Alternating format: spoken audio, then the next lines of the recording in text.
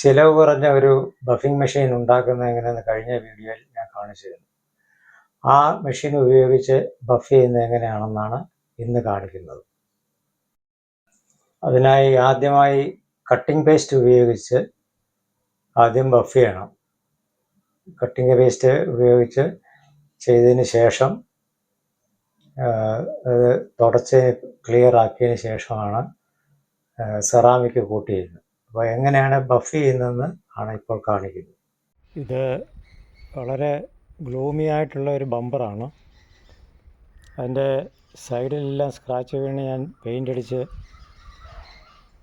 Clear അടിച്ചതിന് ശേഷം ഉരച്ചതാണ്. ഇവിടെ കാണാം, ഈ സൈഡും ഈ ബമ്പറും കൂടെയുള്ള വ്യത്യാസം കണ്ടു. ഞാൻ ബഫ് ചെയ്ത ഏറിയാണ് ഈ കാണുന്നത്. ബഫ് ചെയ്ത് കഴിയുമ്പോൾ ഇതുപോലെയാകും. ഇത്രയും ക്ലിയറായി. ഇനി ഇതെങ്ങനെയാണ് അത് ബഫ് ചെയ്യുന്നതെന്ന് കാണിക്കും. ഈ പാഡ് ചെറുതായിട്ടൊന്ന് നനച്ചു കൊടുക്കുന്നത് നല്ലതാണ്. നനച്ചു കൊടുക്കുക. ഇത് ഹാർഡായിട്ടുള്ള കട്ടിംഗ് പാഡ്, ഇത് സോഫ്റ്റാണ്.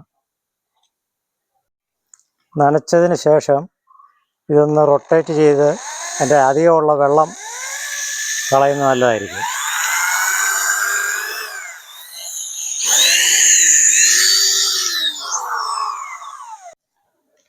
അതിനുശേഷം ഈ പാഡിലേക്ക് അല്പം പുരട്ടി കൊടുക്കുക. കുറച്ച് മാത്രം മതി.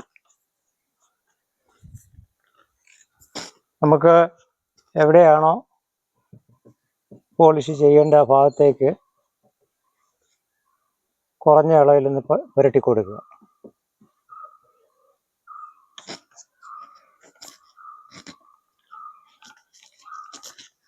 സാവകാശം സ്പീഡ് കുറച്ച്, ഇതായതുകൊണ്ട് ഇതിന് സ്പീഡ് കൺട്രോൾ ചെയ്യാൻ സാധിക്കും.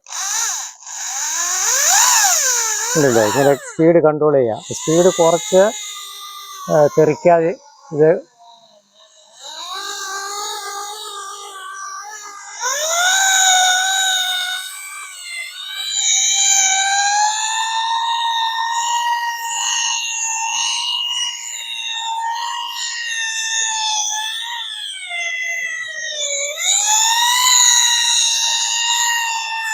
ഏകദേശം പുരണ്ടതിന് ശേഷം അല്പം കൂടെ സ്പീഡ് നമുക്ക് കൂട്ടാവുന്നതാണ്.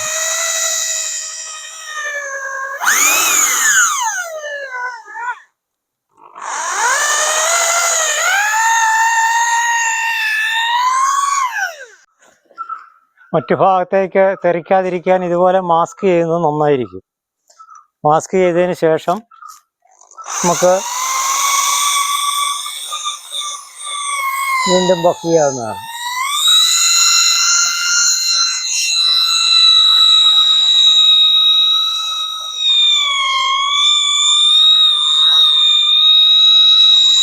അത് സ്പീഡ് കുറച്ച് ചെയ്യണം. സ്പീഡ് കൂട്ടിയാൽ എല്ലായിടത്തേക്കും തെറിക്കുന്നതായിരിക്കും.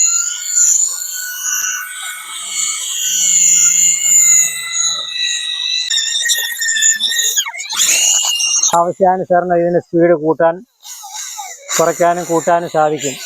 ഇതുകൊണ്ടുള്ള ഗുണം അതാണ്, കുറയ്ക്കുകയും കൂട്ടുകയും ചെയ്യാം.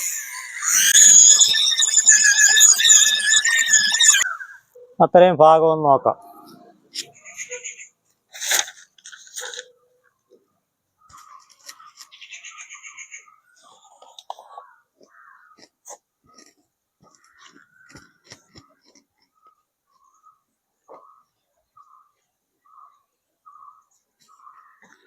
ആ തുണി മാറി വേറൊരു തുണി കൊണ്ട് കുറച്ചുകൂടെ ക്ലിയർ ആക്കുക.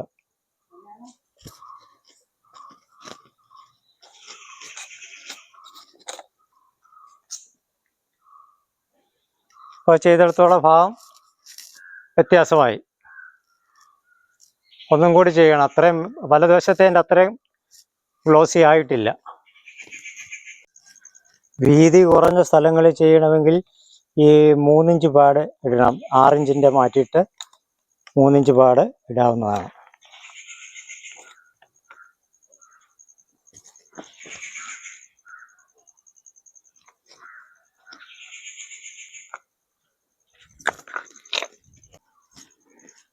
നല്ല മൈക്രോ ഫൈബർ ക്ലോത്ത് നല്ലതെടുത്ത് വീണ്ടും ഒന്നുകൂടെ തുടയ്ക്കുക.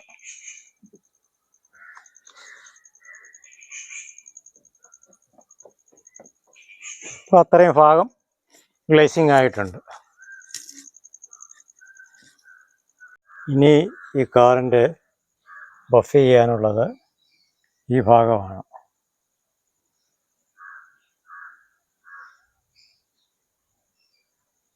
ഇതാണ് ഇതിൻ്റെ ബോഡിയുടെ കണ്ടീഷൻ. കംപ്ലീറ്റ് സ്ക്രാച്ചാണ്.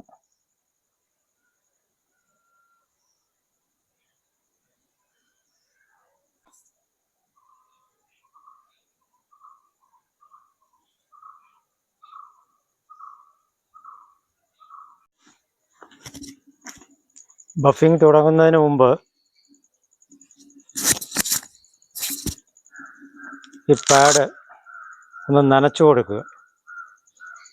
ആദ്യം അല്പം ഹാർഡായിട്ടുള്ള സ്പോഞ്ച് ഉപയോഗിക്കുക.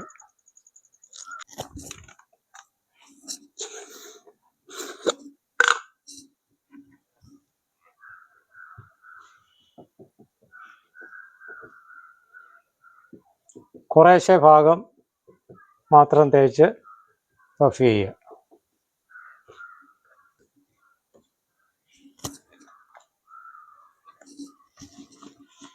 ഇതിലും കൂടി അല്പം ഒന്ന് പുരട്ടി കൊടുക്കുക. ആദ്യം സ്പീഡ് കുറച്ച് ഒന്ന് നിരത്തുക.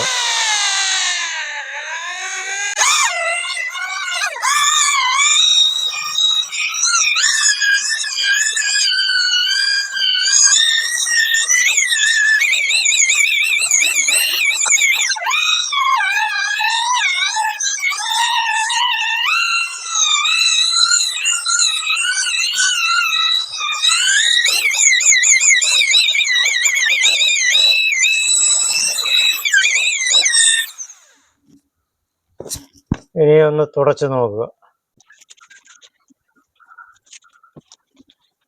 ഇപ്പോൾ മുമ്പത്തെക്കാളും കുറെ കൂടെ ക്ലിയർ ആയിട്ടുണ്ട്. എങ്കിലും നമുക്കിവിടെ കാണാം കുറെ കൂടി ശരിയാവാനുണ്ടെന്നുള്ളത് കാണാം.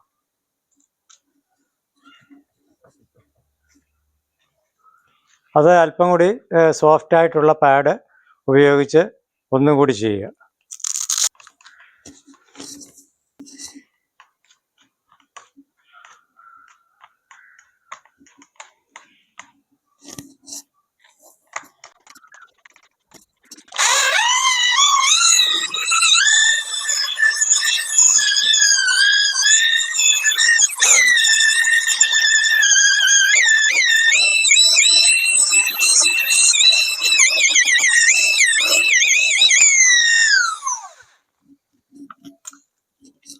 ടൈം എടുത്ത് നന്നായി ചെയ്തെങ്കിൽ മാത്രമേ, ക്ഷമയോടുകൂടി ചെയ്തെങ്കിൽ മാത്രമേ അത് ശരിയാകുകയുള്ളൂ.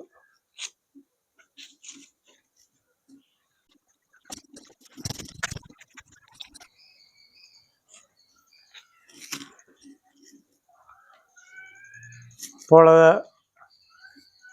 അതിനേക്കാൾ വളരെ വ്യത്യാസം ഇതിനകത്ത് കാണാനുണ്ട്. ഇത് തിളക്കമായിട്ടുണ്ട്.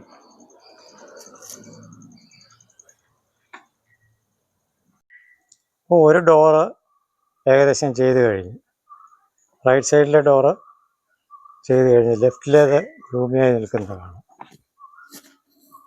ഇതിപ്പോൾ ഡീറ്റെയിൽ ചെയ്ത് കഴിഞ്ഞു.